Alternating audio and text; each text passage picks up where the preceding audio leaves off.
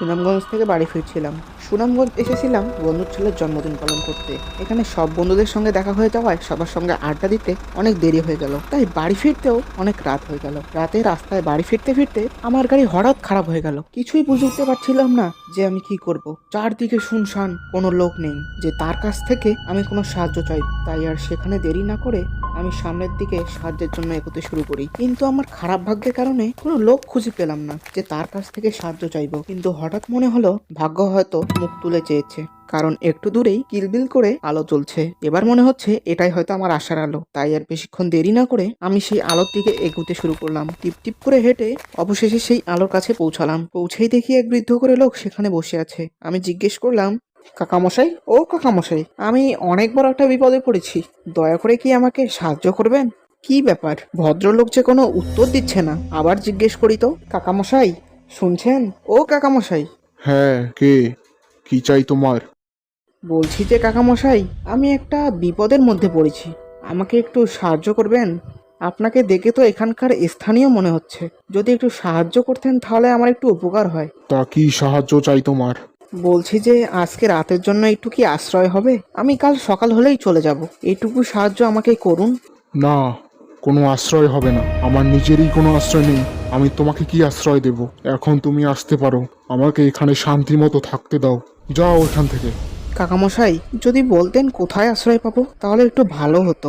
আশ্রয়ের কথা যদি জানতাম তাহলে কি এইখানে এইভাবে গাছের তলায় বসে থাকতাম? তুমি এখান থেকে যাও তো বাবু। আমাকে শান্তি মতো থাকতে দাও। জি আজ্ঞে। তারপর আমি সেখান থেকে সামনের দিকে এগিয়ে চললাম। কিন্তু এ কি, সেই বৃদ্ধ লোকটি আবার আমার সামনে। এবার আমি আর বৃদ্ধ লোকটিকে কিছু জিজ্ঞেস করিনি, আমি তাকে পাশ কাটিয়ে চললাম।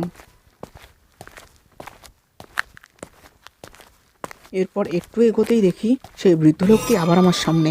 আমি কিছুই বুঝে উঠতে পারছিলাম না, এ কি অদ্ভুত রে ঘটনা, এসব কি ঘটছে আমার সাথে। তাই এবার মনে সাহস নিয়ে লোকটাকে জিজ্ঞাসাবাদ করার জন্য তার দিকে এগোতে শুরু করি। আমি যেই না লোকটার কাছে পৌঁছালাম, অমনি দেখি সেই লোকটি এক ভয়ঙ্কর পিশাচে পরিণত হয়েছে। আমি কিছুই বুঝে উঠতে পারছিলাম না যে আমি কি করব, এ কি ঘটছে আমার সাথে। আমি মনে জোর রেখে ঈশ্বরের নাম নিয়ে দৌড়াতে শুরু করি নিজের জীবন বাঁচানোর জন্য। কিন্তু না, সেই পিশাচ কোনো মতেই আমার পিছু ছাড়ছিল না। সে আমার পিছন পিছন আমাকে ধাওয়া করা শুরু করে। আমি কোনো রকমে নিজের জীবন বাঁচিয়ে দৌড়াতে দৌড়াতে মন্দিরে এসে লুকালাম। মন্দিরের ভিতরে প্রবেশ করতেই মন্দিরের পুরোহিত আমাকে জিজ্ঞাসা করে, কি হে মহাশয়, কি হয়েছে আপনার? আপনার এইরকম অবস্থা কেন? দয়া করে যদি বলতেন। তারপর আমার সাথে ঘটা সকল অদ্ভুতুরে ঘটনা আমি মন্দিরের সেই পুরোহিতকে খুলে বলি। তারপর তিনি বলেন, এই বৃদ্ধ লোক এক সময় এই অঞ্চলের রাতের চৌকিদার ছিল। হঠাৎ একদিন কিছু বাইরের লোক মাতাল হয়ে এসে সেই বৃদ্ধ লোককে মেরে ফেলে।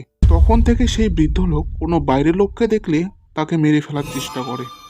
আমি পুরোহিতের মুখে সকল কথা শুনলাম সেই বৃদ্ধ লোকের ব্যাপারে। তারপর সেই রাতেই আমি সেই মন্দিরে আশ্রয় নিলাম। পরদিন সকাল, পুরোহিতকে ধন্যবাদ জানিয়ে আমি রওনা দিলাম আবার বাড়ির উদ্দেশ্যে।